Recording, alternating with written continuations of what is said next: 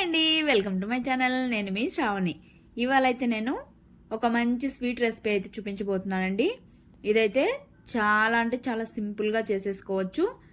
అందులోనూ పాకం రాదు అనుకునే వాళ్ళైతే ఇంకా ఈజీగా చేసేసుకోవచ్చు. ఇదైతే ఖచ్చితంగా ఫాలో అయిపోండి. ఇంతకీ ఇదేం స్వీట్ అనుకుంటున్నారా? నోట్లో వేసుకుంటే కరిగిపోయేలాగా ఉంటుంది. ఈ పాటికి మీకు అర్థమైపోయే ఉంటుంది అనుకుంటున్నాను. మైసూర్ పాక్ అండి. అందులోనూ సాఫ్ట్గా నోట్లో వేసుకోగానే కరిగిపోతుంది. ఆ విధంగా అయితే ఉంటుంది.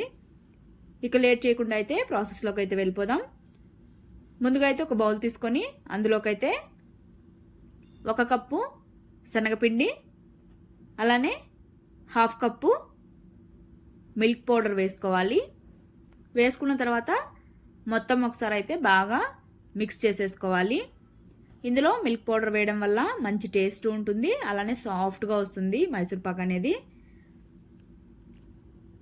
ఈ విధంగా ఒకసారి బాగా మిక్స్ చేసుకున్న తర్వాత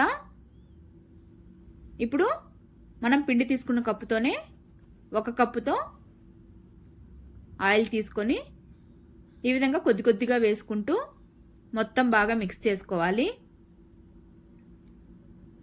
ఈ విధంగా విస్కర్తో మిక్స్ చేసుకున్నామంటే మంచిగా ఉండలు లేకుండా మిక్స్ అయిపోతుంది. లేదు అన్న స్పూన్ కానీ గరిటతో అయినా మిక్స్ చేసుకోవచ్చు.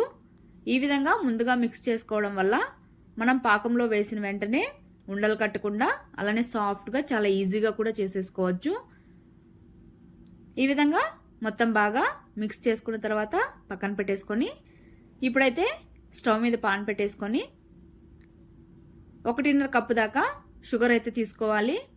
మరీ ఎక్కువ స్వీట్ వద్దు అనుకున్న వాళ్ళైతే 1 కప్ అయితే సరిపోతుంది.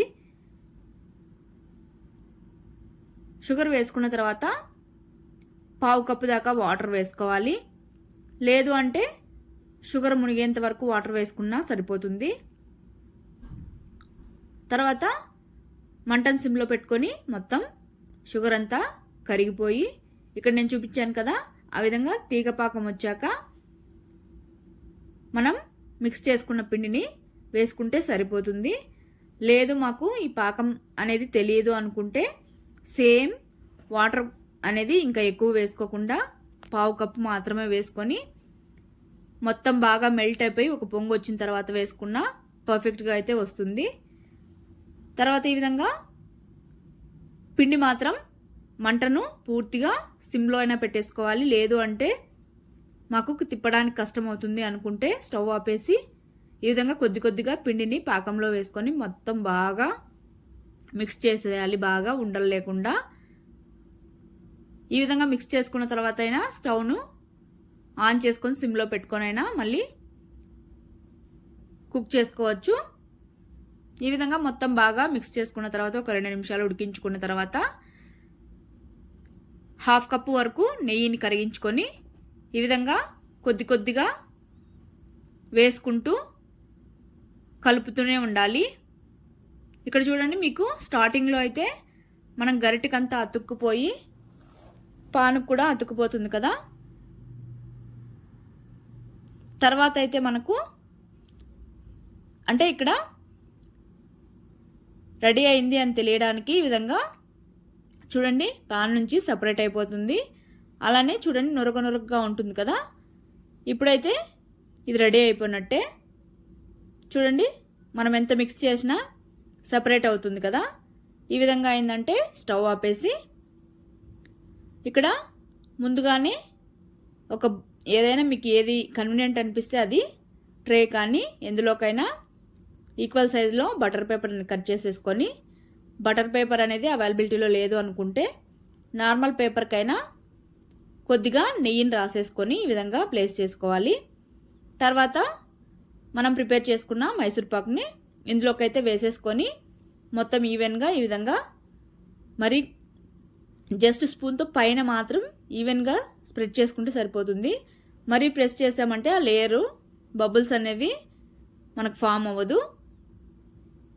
ఈ విధంగా పైన మాత్రం ఈక్వల్గా మనం స్ప్రెడ్ చేసుకుంటే సరిపోతుంది. తర్వాత పూర్తిగా చల్లారిపోయాక ఈ విధంగా అంచులు మొత్తం ముందుగా అయితే కట్ చేసుకోవాలి. ఈ విధంగా 4 వైపులా కట్ చేసేసుకోవాలి. కట్ చేసుకున్న తర్వాత ఒక ప్లేట్ తీసుకొని అందులోకి అయితే రివర్స్ చేసుకున్నామంటే మొత్తం పర్ఫెక్ట్గా అయితే వచ్చేస్తుంది. చూడండి, ఈ విధంగా ప్లేట్లోకి తీసుకున్న తర్వాత బటర్ పేపర్ని అయితే రిమూవ్ చేసేయాలి. తర్వాత మీకు నచ్చిన షేప్లో అయితే కట్ చేసేసుకోవచ్చు. నేనైతే ఇక్కడ స్లైసెస్ అనేవి పొడవుగానే కట్ చేసేసుకుంటున్నాను. ఈ విధంగా స్లైసెస్ అన్నీ కట్ చేసేసుకున్నాక ఇంకేముంది, సర్వ్ చేసేసుకోవడమే. చాలా అంటే చాలా, మీరే చూస్తున్నారు కదా, తింటుంటే ఇంకా తినాలి అనిపించేలాగా ఉంటుంది. ఎస్పెషల్లీ పిల్లలకైతే బాగా నచ్చుతుంది. ఇదైతే తప్పకుండా ట్రై చేయండి. టేస్ట్ కూడా చాలా బాగుంటుంది. ప్రాసెస్ కూడా చాలా సింపుల్గా అయిపోతుంది. ఇంకా లేట్ చేయకుండా ట్రై చేసి మీకు ఎలా వచ్చిందో కామెంట్ చేయండి. బాయ్.